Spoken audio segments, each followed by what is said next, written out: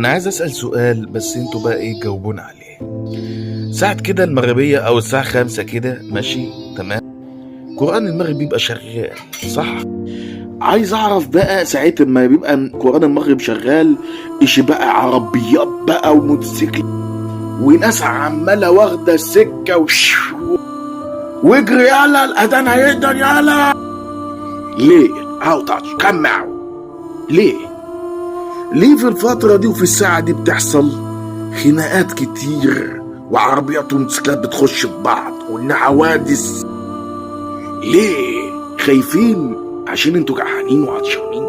ما تهدوا شوية وارسوا كده. هيجي واحد ويقول لك يا عم ما عشان دي ساعة، اقول لك دي ساعة بيبقى فيها الشيطان اكتر ما انت شيطان، وما فيش شيطان بيظهر عندنا ساعة القرآن لما بيشتغل والناس بتجري كده.